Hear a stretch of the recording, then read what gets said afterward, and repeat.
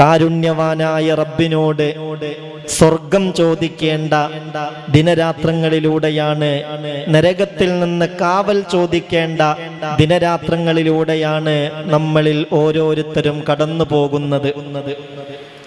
മഹാന്മാരായ ഉലമാ രേഖപ്പെടുത്തുന്നുണ്ട്, ഒരാൾക്ക് സ്വർഗം ലഭിക്കണമെങ്കിൽ 5 കാര്യങ്ങൾ അയാൾ പ്രത്യേകം ശ്രദ്ധിക്കണം. മനസ്സിലാവണില്ലേ? ശ്രദ്ധിക്കണില്ലേ? ഉലമാ രേഖപ്പെടുത്തുന്നത്, സ്വർഗം ലഭിക്കണമെന്ന് ഒരാൾ ഉദ്ദേശിക്കുന്നുവെങ്കിൽ അവൻ 5 കാര്യങ്ങൾ ചെയ്യണം, 5 കാര്യത്തിൽ ശ്രദ്ധിക്കണം എന്നതാണ്. ഏതാണ് അതിൽ ഒന്നാമത്തെ കാര്യം? ഒന്നാമത്തെ കാര്യം ഇതാണ്, അയ്യംന നഫ്സഹു മിനൽ മആസി, പാപങ്ങളിൽ നിന്ന് ശരീരത്തെ തടയലാണ്. സഹോദര ശ്രദ്ധിക്കണം, സഹോദരി ശ്രദ്ധിക്കണം. എന്താണ് ഈ പറയുന്നതെന്ന് ചിന്തിക്കണം. ഇലാഹായ റബ്ബിന്റെ പൊരുത്തത്തിന്റെ സമ്മാനമായ സ്വർഗം കിട്ടണമെന്ന് ആഗ്രഹിക്കുന്നവരാണ് നമ്മളിൽ ഓരോരുത്തരും. ആ സ്വർഗം കിട്ടണോ? 5 കാര്യങ്ങൾ ശ്രദ്ധിച്ചേ മതിയാകൂ. അതിലൊന്നാമത്തെ കാര്യം ഇതാണ്, അയ്യംന നഫ്സഹു മിനൽ മആസി, ഏതെല്ലാം തരത്തിലുള്ള ദോഷങ്ങളുണ്ടോ ആ ദോഷങ്ങളിൽ നിന്ന് തന്റെ ശരീരത്തെ തടഞ്ഞു വെക്കലാണ്. ചെയ്യാൻ പറഞ്ഞത് ചെയ്യൽ മാത്രമല്ല തഖ്വ, ഉപേക്ഷിക്കാൻ പറഞ്ഞത് ഉപേക്ഷിക്കലും തഖ്വയിൽ പെട്ടതാണ്. ചെയ്യാൻ പറഞ്ഞത് ചെയ്യല് മാത്രല്ല. തഖ്വ എന്നാൽ അതിന്റെ നിർവചനം ഹബീബായ നബി തങ്ങൾ പഠിപ്പിച്ചത് ഇംതിസാലു അവാമിരില്ലാ, ജല്ല ജലാലായ റബ്ബ് ചെയ്യാൻ കൽപ്പിച്ചതൊക്കെ ബോധത്തോടുകൂടെ നീയത്ത് നന്നാക്കി ചെയ്യലാണ്. അതോടൊപ്പം വജ്തിനാബുമാനവാഹി, അരുതെന്ന് പറഞ്ഞ എന്തെല്ലാം തിന്മകളുണ്ടോ ആ തിന്മകളിൽ നിന്ന് മാറി നിൽക്കലാണ്. ഖുർആൻ പറഞ്ഞല്ലോ, വനഹൻ നഫ്സനിൽ ഹവാ ഫഇന്നൽ ജന്നത ഹിയൽ മഅവാ, സ്വർഗം ലഭിക്കാൻ അർഹരാകുന്നവർ വനഹൻ നഫ്സനിൽ ഹവാ, തന്റെ ശരീരത്തിന്റെ ഇച്ഛകളെ തൊട്ട് ശരീരത്തെ തടഞ്ഞവരാണ്. ഫഇന്നൽ ജന്നത ഹിയൽ മഅവാ, അത്തരക്കാർക്ക് മടങ്ങിയെത്താനുള്ള കേന്ദ്രം സ്വർഗമാണ്. അല്ലാഹുവേ, ആ സ്വർഗക്കാരിൽ അല്ലാഹു നമ്മളെ ഉൾപ്പെടുത്തി തരട്ടെ. അതിന് കണ്ണിനെ നിയന്ത്രിച്ചേ പറ്റൂ, അതിന് കാതിനെ നിയന്ത്രിച്ചേ പറ്റൂ, അതിന് കൈകളെ നിയന്ത്രിച്ചേ പറ്റൂ, അതിന് പ്രത്യേകിച്ച് നാവിനെയും നിയന്ത്രിച്ചേ പറ്റൂ. അല്ലാഹ്ക്ക് പൊരുത്തമില്ലാത്ത എന്തെല്ലാം കാര്യങ്ങളുണ്ടോ അതിൽ നിന്ന് മാറി നിൽക്കുക. ആ കാര്യത്തോട് വെറുപ്പ് ഹൃദയത്തിൽ വെച്ച് അതിൽ നിന്ന് മാറി നിൽക്കുക. ഇത് സ്വർഗം കിട്ടാൻ അനിവാര്യമായ പ്രധാനപ്പെട്ട കാര്യങ്ങളിൽ ഒന്നാണ്. പടച്ചോൻ തൗഫീഖ് തരട്ടെ. അല്ലെങ്കിൽ നമ്മൾ ഏതെല്ലാം അവയവങ്ങൾ കൊണ്ട് എന്തൊക്കെ തെറ്റുകൾ ചെയ്തോ ആ അവയവങ്ങൾ തന്നെ അള്ളാന്റെ കോടതിയിൽ വന്ന് നമ്മൾ ചെയ്ത തെറ്റ് വിളിച്ചു പറയുമെന്ന് അള്ളാഹുവിന്റെ ഖുർആൻ സാക്ഷിയാണ്. പടച്ചോൻ നമ്മളെ കാത്തുരക്ഷിക്കട്ടെ. എന്തേ പറഞ്ഞത്? കണ്ണുകൊണ്ട് അള്ളാഹുവിന് പൊരുത്തമില്ലാത്ത ഒരു കാര്യം കണ്ടാൽ കണ്ണ് തന്നെ വന്നിട്ടത് വിളിച്ചു പറയും. നിനക്കല്ലാഹു തന്ന കാത് കൊണ്ട് അല്ലാഹുവിന് പൊരുത്തമില്ലാത്തൊരു കാര്യം നീ കേട്ടുപോയാൽ ഈ കാത് തന്നെ വന്നിട്ട് റബ്ബിന്റെ കോടതിയിൽ പറയുമല്ലോ. ഇലാഹായ റബ്ബവന്റെ വിശുദ്ധ ഖുർആനിൽ പറയുകയാണ്, യൗമ യുഹ്ശറു അഅദാഉല്ലാഹി ലന്നാരി ഫഹും യൂസഊന ഹത്താ ഇദാ മാ ജാഊഹാ ഷഹിദ അലൈഹിം സംഉഹും വഅബ്സാറുഹും വജുലൂദുഹും ബിമാ കാനൂ യഅമലൂൻ ഖാലൂ ലിജുലൂദിഹിം ലിമ ഷഹിദ്തും അലൈനാ ഖാല അൻതഖനല്ലാഹു അല്ലദീ അൻതഖ കുല്ല ശൈ. പേടിക്കേണ്ട ആയത്താണ്. ആരെ പേടിക്കണം? ഒന്നാമതായി നമ്മളുടെ ശരീരത്തെ തന്നെ പേടിക്കണം. ഏത് തെറ്റ് ചെയ്യുമ്പോഴും ഒന്നാമതായി പേടിക്കേണ്ടത് നമ്മുടെ ശരീരത്തെ തന്നെയാണ്. ഈ സ്വന്തം ശരീരം നാളെ റബ്ബിന്റെ കോടതിയിൽ നമ്മുടെ ശത്രുവായി മാറുന്ന ഒരു രംഗത്തെക്കുറിച്ചൊന്ന് ചിന്തിച്ചു നോക്കൂ, ഒന്ന് ആലോചിച്ചു നോക്കൂ. നമ്മുടെ കണ്ണ് നമ്മളെ നരകത്തിലെത്തിക്കാൻ അള്ളാഹുവിന്റെ അടുക്കൽ സാക്ഷി പറയുന്ന രംഗത്തെക്കുറിച്ച് ചിന്തിച്ചു നോക്കൂ. നമ്മുടെ കാത് നമ്മൾ അള്ളാഹുവിന്റെ കോടതിയിൽ നിൽക്കുമ്പോൾ നമ്മളെ നരകത്തിലെത്തിക്കാൻ വേണ്ടി അള്ളാഹുവിനോട് കേട്ട തിന്മകൾ വിളിച്ചു പറയുന്നൊരു രംഗത്തെക്കുറിച്ച് ചിന്തിച്ചു നോക്കൂ. ഇലാഹായ റബ്ബതാണ് പറഞ്ഞത്, യൗമ യുഹ്ശറു അഅദാഉല്ലാഹി ഇലന്നാരി ഫഹും യൂസഊൻ. നാളെ റബ്ബിന്റെ കോടതിയിൽ നരകാവകാശികളെ വിചാരണയ്ക്ക് വേണ്ടി നിർത്തപ്പെടുമ്പോൾ ഷഹിദ അലൈഹിം സംഉഹും, അവർക്കെതിരായി സാക്ഷി പറയുന്നത് അവരുടെ കാതുകളാണ്, വഅബ്സാറുഹും, അവരുടെ കണ്ണുകളാണ്, വജുലൂദുഹും, മറ്റുള്ള തൊലികളാണ്, അവയവങ്ങളാണ്. റബ്ബിന്റെ കോടതിയിൽ ഓരോന്നും വിളിച്ചു പറയുന്നത്. അപ്പോൾ നമ്മളുടെ ആത്മാവ് ശരീരത്തോട് ചോദിക്കും, ലിമ ഷഹിത്തും അലൈന, എന്തിനാണ് നീ എനിക്കെതിരെ സാക്ഷി പറയുന്നത്? കണ്ണിനോട്, കാതിനോട്, നാവിനോട്, കയ്യിനോട്, കാലിനോട് ചോദിക്കും, ലിമ ഷഹിത്തും അലൈന, എന്തിനാണ് എനിക്കെതിരെ സാക്ഷി പറയുന്നത്? ഉടനെ അതിന്റെ മറുപടി അല്ലാഹുവിന്റെ ഖുർആൻ പറയുകയാണ്, ഖാലൂ അൻതഖനല്ലാഹുല്ലദീ അൻതഖ കുല്ല ശൈ. എല്ലാത്തിനും സംസാരിക്കാനുള്ള കഴിവ് നൽകിയ ഇലാഹായ റബ്ബ് തന്നെയാണ് ഞങ്ങളെയും സംസാരിപ്പിച്ചത്. അത് അല്ലാഹുവിന്റെ തീരുമാനമാണ്. സ്വന്തം അവയവത്തെ പേടിക്കണം. സ്വന്തം അവയവത്തെ പേടിക്കാത്തവൻ പരലോകത്ത് കുടുങ്ങുന്ന രംഗം വിശുദ്ധ ഖുർആൻ പറയുകയാണ്. അല്ലാഹു കാത്തിരക്ഷിക്കട്ടെ. ഒന്ന് ആമീൻ പറഞ്ഞേക്ക് മനുഷ്യന്മാരെ. അള്ളാഹു നമ്മളെ കാത്തിരക്ഷിക്കട്ടെ. നമ്മളുടെ അവയവങ്ങൾ തന്നെ നാളെ റബ്ബിന്റെ കോടതിയിൽ നമുക്കെതിരാകുന്നതിനെ തൊട്ട് അള്ളാഹു നമ്മളെ കാക്കട്ടെ. നിങ്ങൾ ചിന്തിക്കണം ഇതിന്റെ ഗൗരവം എത്രയാണെന്ന്. യാസീനിൽ പറഞ്ഞില്ലേ ഒരായത്ത്, അൽ യൗമ നഖ്തിമു അലാ അഫ്വാഹിഹിം വതുകല്ലിമുനാ ഐദീഹിം വതശ്ഹദു അർജുലുഹും. വായക്ക് സീലി വെച്ചിട്ട് കൈകൾ സംസാരിക്കുകയും കാലുകൾ സാക്ഷി പറയുകയും ചെയ്യുന്ന ദിവസമാണ് മഹ്ശറ ദിവസമെന്ന് അള്ളാഹുവിന്റെ ഖുർആനാണ് സാക്ഷ്യപ്പെടുത്തിയത്. അള്ളാഹുവേ, റബ്ബേ, റഹ്മാനെ, റഹീമേ, ഞങ്ങളിൽ നിന്ന് വന്നുപോയ തെറ്റുകളൊക്കെയും ഞങ്ങൾക്ക് മാപ്പാക്കി തരണമേ റബ്ബേ. ദോഷങ്ങളൊക്കെയും ഞങ്ങൾക്ക് പൊറുത്തു തരണമേ റബ്ബേ. മുഅ്മിനെ, ദോഷങ്ങൾ പൊറുക്കപ്പെട്ടാൽ പിന്നെ സാക്ഷി പറയില്ല. കാതുകൊണ്ട് ഹറാമ് കേട്ടു, ആ കേട്ട ഹറാമ് കരഞ്ഞ് പടച്ചവനോട് പറഞ്ഞ് മാപ്പ് ചോദിച്ചാൽ അള്ളാഹു മാപ്പ് തന്നു കഴിഞ്ഞാൽ അൽഹംദുലില്ലാ, നമ്മൾ രക്ഷപ്പെട്ടു. പിന്നെ നമുക്കെതിരെ സാക്ഷി പറയാൻ ചെവി വരില്ല. നമ്മുടെ നാവ് കൊണ്ട് പറഞ്ഞ ഹറാമുകൾ നാവ് തന്നെ മഹ്ശറയിൽ വിളിച്ചു പറയും. എന്നാൽ അള്ളാഹു അത് നമുക്ക് മാപ്പാക്കി തന്നാൽ അള്ളാഹുവിന്റെ കോടതിയിൽ നമ്മൾ രക്ഷപ്പെട്ടു. പിന്നെ നാവത് വിളിച്ചു പറയില്ല, കൈകൾ വിളിച്ചു പറയില്ല, കാലുകൾ സാക്ഷി പറയില്ല. അള്ളാഹു എല്ലാ ദോഷങ്ങളും മാപ്പാക്കി തരട്ടെ. ഈ ഒരു ദിക്റിനൊരു പ്രത്യേകത ഉണ്ട്. യൂനുസ് നബി അലൈഹി സ്വലാത്തു വസ്സലാം മത്സ്യത്തിന്റെ വയറ്റിൽ കുടുങ്ങി എടങ്ങാറായപ്പോ അള്ളാഹു യൂനുസ് നബിയെ രക്ഷപ്പെടുത്തിയത് ഈ ദിക്റ് കൊണ്ടാണെന്ന് അള്ളാന്റെ ഖുർആൻ തന്നെ പറഞ്ഞിട്ടുണ്ട്. എങ്ങാനും അദ്ദേഹം ഈ തസ്ബീഹി ദിക്റ് ചൊല്ലിയിട്ടില്ലായിരുന്നെങ്കിൽ ആ മത്സ്യത്തിന്റെ വയറ്റിൽ തന്നെ വർഷങ്ങളോളം തങ്ങേണ്ടി വരുമായിരുന്നെന്ന് വിശുദ്ധ ഖുർആൻ.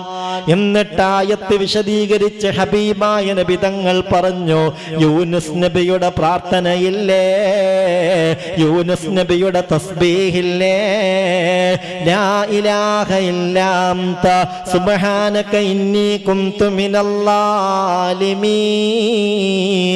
ഈ ദിക്റില്ലേ, ഈ ദിക്ർ ചൊല്ലി ഒരാൾ ദുആ ചെയ്താൽ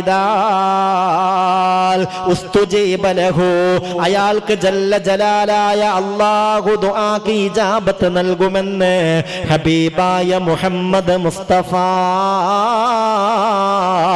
സല്ലല്ലാഹു അലൈഹി വസല്ലം. അല്ലാഹുവേ നീ ഞങ്ങൾക്ക് തൗഫീഖ് നൽകണമേ അല്ലാ, ഭാഗ്യം നൽകണമേ അല്ലാ. അപ്പൊ സ്വർഗം ലഭിക്കണമെങ്കിൽ 5 കാര്യങ്ങൾ ശ്രദ്ധിക്കണം. ഒന്നാമത് പറഞ്ഞത് സകല ദോഷങ്ങളിൽ നിന്നും അവന്റെ നഫ്സിനെ അവൻ തടഞ്ഞു നിർത്തണം. രണ്ടാമത്തെ കാര്യം ഇതാണ്,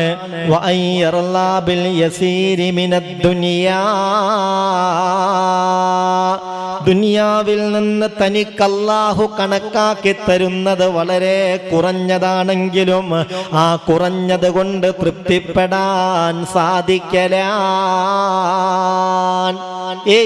ദുനിയാവ് കുറെ ഉണ്ടാവുക എന്നുള്ളതൊരു തെറ്റൊന്നുമല്ല.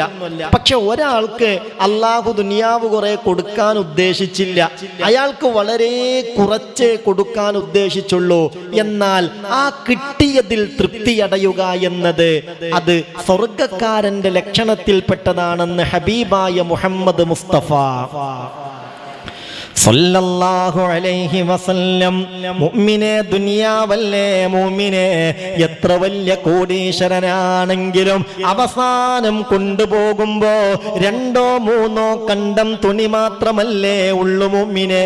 ഈ ചിന്ത എപ്പോഴും ഉണ്ടാകുന്നത് നല്ലതാണ്.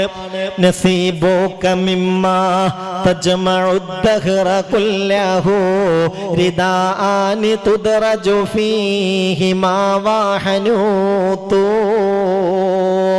സഹോദര, എന്താണ് ഈ പറയുന്നതെന്ന് ശ്രദ്ധിക്കണം. എന്താണ് ഈ പറയുന്നതെന്ന് സഹോദരിയെ ശ്രദ്ധിക്കണേ. നസീബുക മിമ്മാ തജ്മഉദ്ദഹ്റ കുല്ലഹു, കാലം മുഴുവനും അധ്വാനിച്ച് നീ സംഘടിപ്പിച്ച, നീ സമ്പാദിച്ച നിന്റെ സ്വത്തുണ്ടല്ലോ, ആ സ്വത്തിൽ നിന്ന് അവസാനം നിന്നെ കൊണ്ടുപോകുന്ന സമയത്ത് നസീബുക മിമ്മാ തജ്മഉദ്ദഹ്റ കുല്ലഹു റിദാഅനി തുദ്റജു ഫീഹി മാ വഹനൂതു. 2 or 3 കണ്ടം തുണിയുണ്ടാകും, 2 or 3 കഷ്ണം തുണിയുണ്ടാകും, അല്പം പരുത്തിയുണ്ടാകും, വേണമെങ്കിൽ ഇത്തിരി സുഗന്ധവും. ഇതല്ലാതെ നിന്നെ കെട്ടിപ്പൊതിഞ്ഞ് കൊണ്ടുപോകുമ്പോൾ എന്താണ് നിനക്ക് ലഭിക്കുക എന്ന് ചിന്തിക്കണം. സത്യല്ലേ? ഒരാള് വലിയ ഒരു ടെക്സ്റ്റൈൽസിന്റെ ഓണറാന്ന് വിചാരിക്കുക, വലിയ അറിയപ്പെട്ട ഒരു ടെക്സ്റ്റൈൽസിന്റെ ഓണറാണ് അയാൾ എന്ന് സങ്കല്പിക്കുക. എന്ന് കരുതി അയാളെ ഒരു 10 തുണിയിൽ പൊതിയാന്ന് പറയോ? എന്തെങ്കിലും മിണ്ടാത്തത്? അയാളൊരു 10 തുണിയിൽ പൊതിയ, ഇഷ്ടംപോലെ തുണി ഉണ്ടല്ലോ, അയാളെ മുതലല്ലേ എന്ന് പറഞ്ഞ് തുണിയുടെ എണ്ണം കൂടുവോ? കൂടൂല. എത്ര വലിയ കോടീശ്വരനാണെങ്കിലും റിദാനി തുദ്റജു ഫീഹി മാ വഹനൂതു, കണക്കാക്കപ്പെട്ട എണ്ണം തുണിയല്ലാതെ മറ്റൊന്നും നിനക്ക് ലഭ്യമല്ല. അതുകൊണ്ട് നീ എപ്പോഴും ചിന്തിക്കേണ്ടത്, ഒരു പക്ഷേ എന്റെ കഫംപുടയുടെ പണി കഴിഞ്ഞിട്ട് അത് അടുത്തുള്ള ടെക്സൈസിൽ എത്തിയിട്ടുണ്ടാകും. ആ ചിന്തയോടുകൂടെ മുന്നോട്ട് പോകേണ്ടതാണ്. ഒരു പക്ഷേ നമ്മുടെ കഫംപുടയുടെ പണി കഴിഞ്ഞ് അതെവിടെ എത്തിയിട്ടുണ്ടാവും? നിങ്ങൾ പെരുന്നാക്കൊക്കെ ഡ്രസ്സ് എടുത്തില്ലേ? അതിനും മറുപടി ഇല്ലേ? നിങ്ങൾ ഉറങ്ങന്നെ പെരുന്നാളിന് പുതിയ ഡ്രസ്സ് എടുത്തില്ലേ? ക്യാഷ് ഉള്ളവരൊക്കെ പെരുന്നാളിന് പുതിയ ഡ്രസ്സ് എടുത്തോളൂ. അതൊരു സുന്നത്താണ്. പെരുന്നാളിന് പുതിയ വസ്ത്രം ധരിക്കുക എന്നുള്ളത് കൂലി കിട്ടുന്ന ഒരു കാര്യമാണ്. കൂലി കിട്ടുന്ന കാര്യത്തിലൊക്കെ നമ്മൾ മുന്നിൽ നിൽക്കണമല്ലോ. നിങ്ങളിൽ പലരും ടെക്സ്റ്റൈൽസിൽ പോയിട്ടുണ്ടാകും, ഡ്രസ്സ് എടുത്തിട്ടുണ്ടാകും. പക്ഷെ ഒരു കാര്യം ചിന്തിക്കണം, ഒരു പക്ഷേ ആ ടെക്സ്റ്റൈൽസിൽ തന്നെ നമുക്ക് വേണ്ടി നിർമ്മിക്കപ്പെട്ട, നമുക്ക് വേണ്ടി നെയ്തു വെച്ച കഫംപുട എത്തിയിട്ടുണ്ടാവാം. ഒരു പക്ഷേ അതിനുശേഷമായിരിക്കും നമ്മൾ അതിലേക്ക് കയറിയിട്ടുണ്ടാവുക. ഇല്ല എന്ന് ആർക്ക് ധൈര്യം പറയാൻ കഴിയും? നമ്മളെ സംബന്ധിച്ചിടത്തോളം നമ്മളിപ്പോൾ ധരിച്ച ഈ വസ്ത്രം തന്നെ നമ്മൾ അഴിച്ചു മാറ്റും എന്ന് ഉറപ്പ് പറയാൻ കഴിയാത്തവരല്ലേ?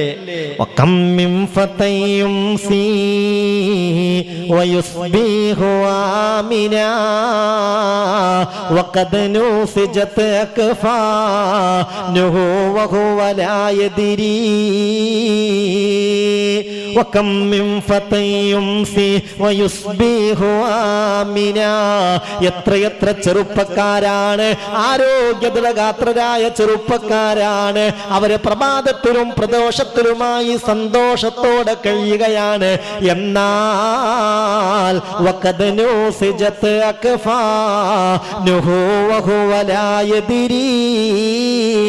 അവന്റെ കഫംപുടയുടെ പണി കഴിഞ്ഞിട്ടുണ്ട്.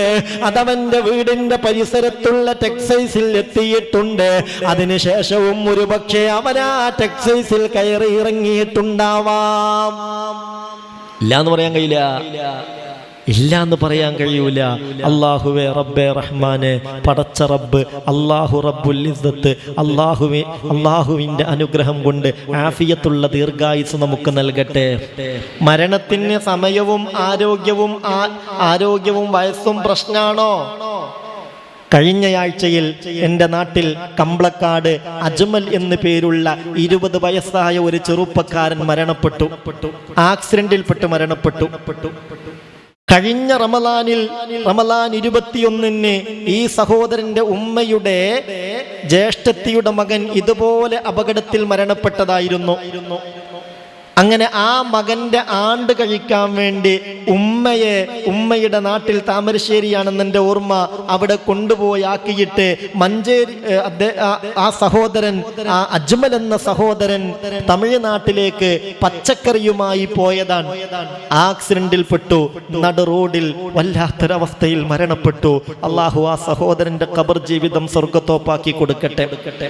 കൂടെ തന്നെ തൻ്റെ കുടുംബത്തിൽപ്പെട്ട അൽത്താഫ് എന്ന പേരുള്ള സഹോദരനും അള്ളാഹു സ്വർഗം നൽകി 2 പേരെയും അനുഗ്രഹിക്കട്ടെ. ഉഖ്റവിയായ ശുഹദാക്കളിൽ അള്ളാഹു ഉൾപ്പെടുത്തട്ടെ. ഇതാണ് മരണത്തിന്റെ അവസ്ഥ എന്ന് ചിന്തിക്കണം. നമ്മുടെ പൊന്നുമക്കളൊക്കെ ഉമ്മ ഞാനിപ്പോൾ വരാമെന്ന് പറഞ്ഞ് പലപ്പോഴും വീട്ടിൽ നിന്നിറങ്ങാറില്ലേ? തിരിച്ചെത്തുന്നത് പലപ്പോഴും മയ്യത്തല്ലേ.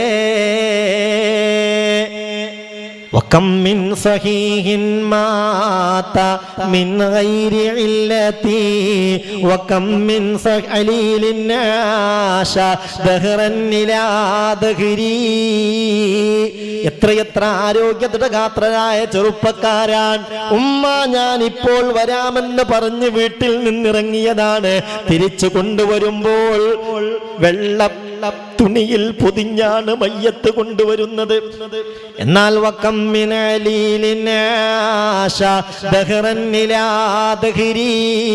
ഒന്ന് മരിച്ചു കിട്ടിയിരുന്നെങ്കിലും ആഗ്രഹിക്കുന്ന എത്രയെത്ര രോഗികളാണ് മരണപ്പെടാതെ അങ്ങനെ കഴിഞ്ഞു പോകുന്നത്. ഇന്നൊരു സഹോദരി വന്നിട്ട് എന്നോട് കരഞ്ഞിട്ട് പറഞ്ഞു, 3 കൊല്ലായി ഉമ്മ പറ്റക്കിടപ്പിലാണ്. മലമൂത്ര വിസർജനം ഉമ്മ അറിയൂല. യാതൊരു അനക്കവും ചലനവും ഉമ്മാക്കില്ല. ഒരു ശ്വാസമുണ്ട് എന്നല്ലാതെ മറ്റൊന്നുമില്ല. അത് നോക്കിയിട്ട് കുടുങ്ങിയിട്ട് പറയല്ല. പക്ഷെ എന്നാൽ പോലും ആ കിടപ്പ് കാണാൻ വയ്യട്ടോ, ഒന്ന് ദുആ ചെയ്യണട്ടോ. 3 കൊല്ലക്കൊരു മനുഷ്യൻ പറ്റാണ്ട് കിടപ്പിലാകുന്നൊരു രംഗാലോചിച്ച് നോക്കൂ. ഒരു 2 ദിവസം നമ്മൾ ഒന്നിനും കഴിയാതെ കിടന്നു നോക്കണ്ടേ? അപ്പോഴല്ലേ റബ്ബേ നമ്മൾ നടത്തത്തിൻ്റെയും ഇരുത്തത്തിൻ്റെയും ഒക്കെ വിലയറിയൂ. എല്ലാത്തിനും മറ്റുള്ളവരുടെ സഹായം ആവശ്യം ആവശ്യമാകുന്ന വിധത്തിൽ അങ്ങനെയൊക്കെ കിടപ്പിലാകുന്നതിനെ തൊട്ട് അള്ളാഹു നമ്മളെ കാക്കട്ടെ. ഒന്ന് മനസ്സറിഞ്ഞ് ആമീൻ പറഞ്ഞേക്ക്, അള്ളാഹു നമ്മളെ കാക്കട്ടെ. അങ്ങനെയൊക്കെ കിടപ്പിലായ മാതാപിതാക്കൾ അള്ളാഹുവേ, മരണമാണ് അവർക്ക് ഖൈറെങ്കിൽ എത്രയും പെട്ടെന്ന് ഈമാനോടെയുള്ള മരണം നൽകണേ റബ്ബേ. അല്ല ജീവിതമാണ് ഖൈറെങ്കിലോ ആഫിയത്തുള്ള ജീവിതം അവർക്ക് നൽകണമേ റബ്ബേ. മുഅ്മിനെ അതുകൊണ്ട് ശ്രദ്ധിക്കണം, അതുകൊണ്ട് ചിന്തിക്കണം. ദുനിയാവിന്റെ കാര്യത്തിൽ സംതൃപ്തരാവണം. അള്ളാഹു നമുക്ക് തന്നത് കുറച്ചാണെങ്കിലും ആ കുറച്ച് കിട്ടിയതിൽ സംതൃപ്തി അടയുക എന്നത് വളരെ പ്രധാനപ്പെട്ട സംഗതിയാ. അതാണ് വഅയ്യർലാ ബിൽ യസീരി മിനദ് ദുനിയാ. ദുനിയാവിന്റെ കാര്യത്തിൽ കുറച്ചാണെങ്കിലും അതുകൊണ്ട് തൃപ്തിപ്പെടാൻ കഴിയണം. അതൊരു നല്ല ഗുണാണ്.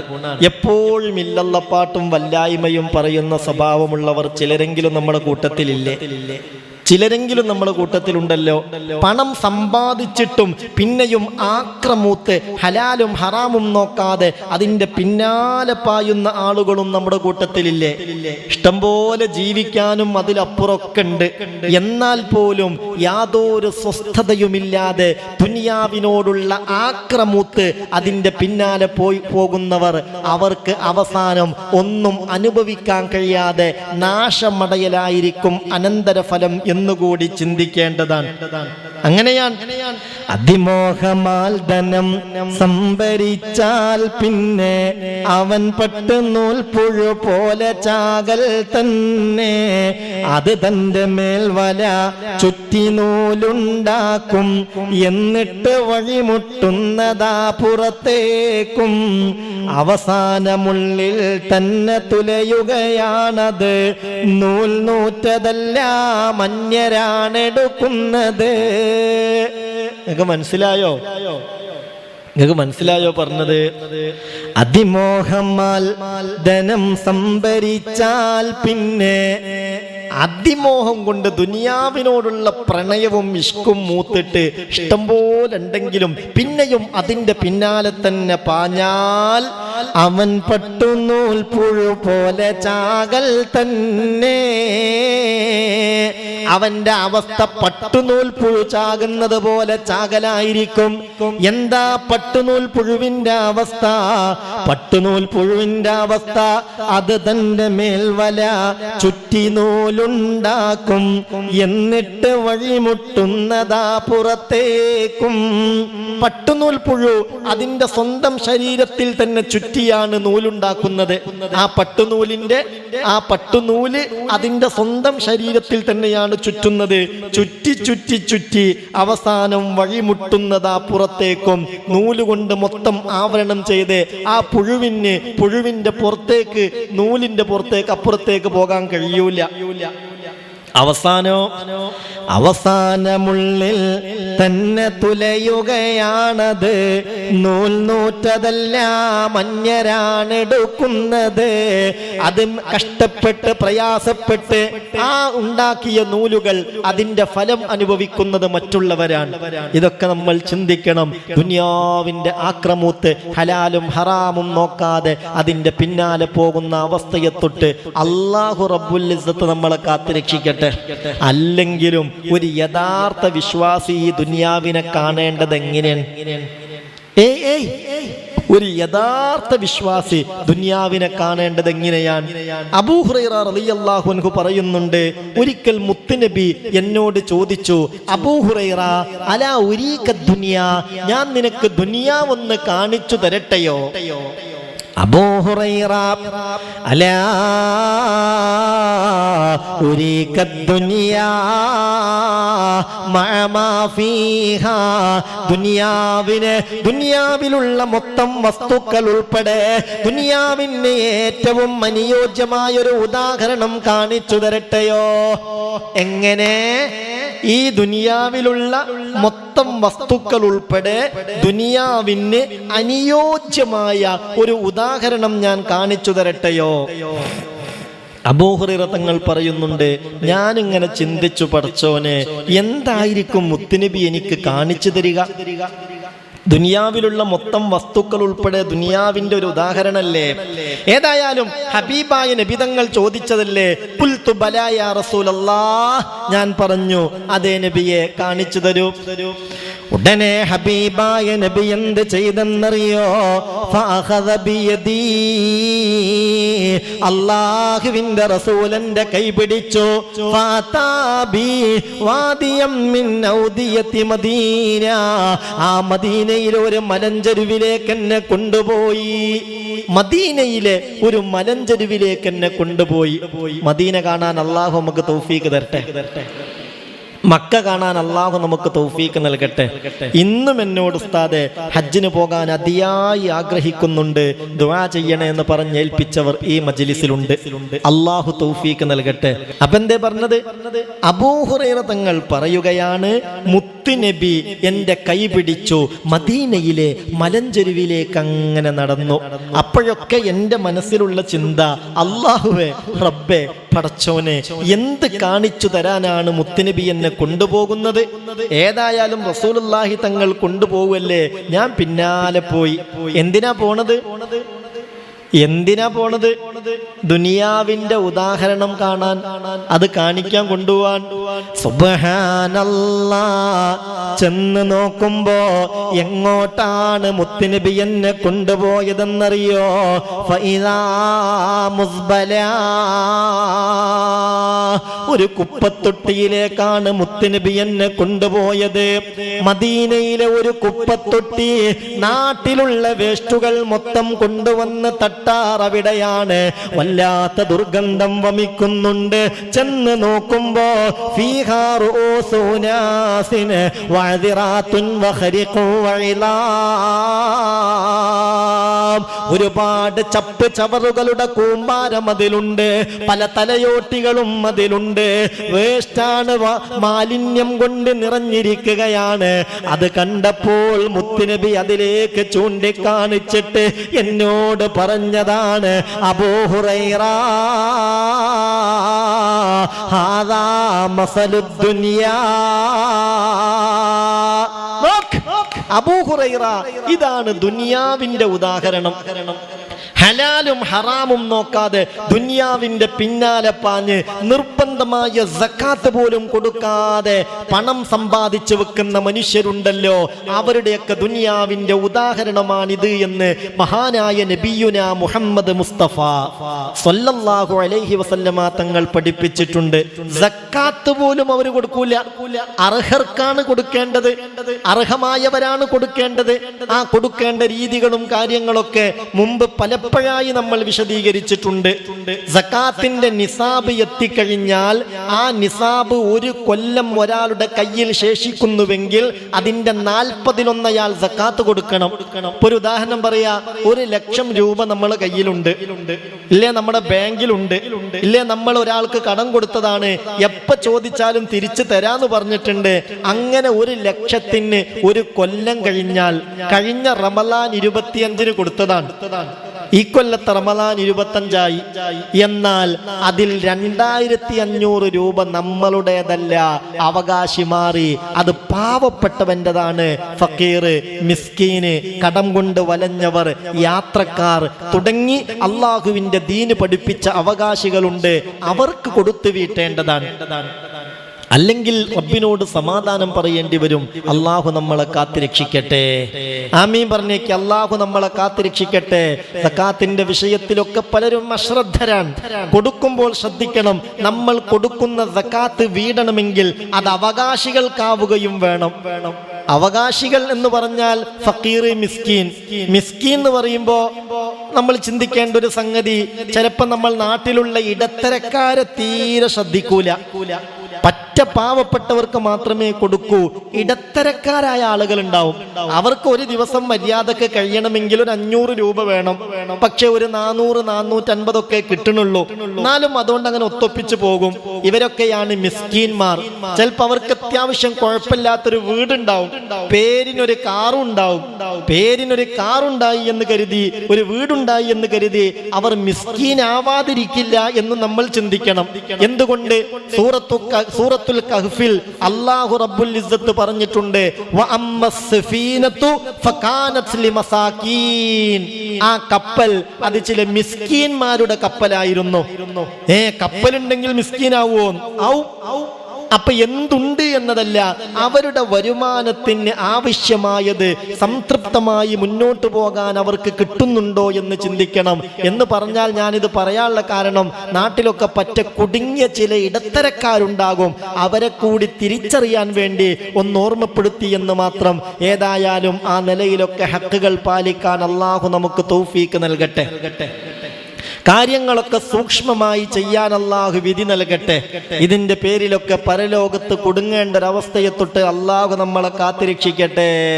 അപ്പൊ ദുനിയാവിന് ഹലാലും ഹറാമും നോക്കാതെ സമ്പാദിക്കുന്ന ദുനിയാവിന് അള്ളാന്റെ റസൂല് കൊടുത്ത ഉദാഹരണം നമ്മൾ മറക്കരുത്.